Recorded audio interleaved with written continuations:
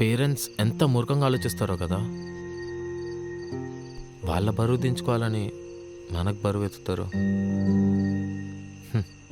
వా ఏం చెప్పారు రైటర్ గారు.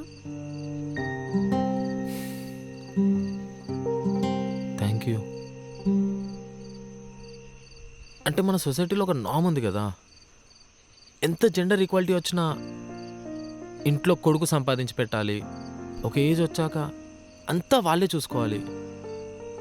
Sometimes I feel like shouting I'm a man not an ATM అని. And then I remind myself, even my dad was a man కదా. వాళ్ళు చేసే సాక్రిఫైసెస్ ముందు ఇదెంత. లైఫ్లో మనం ఏ పని చేసినా మన సంపాదనతో మమ్మీ డాడీని చూసుకుంటే ఆ హ్యాపీనెస్ వేరే ఉంటుంది. And here I am, that responsible kid of the house. That's my story.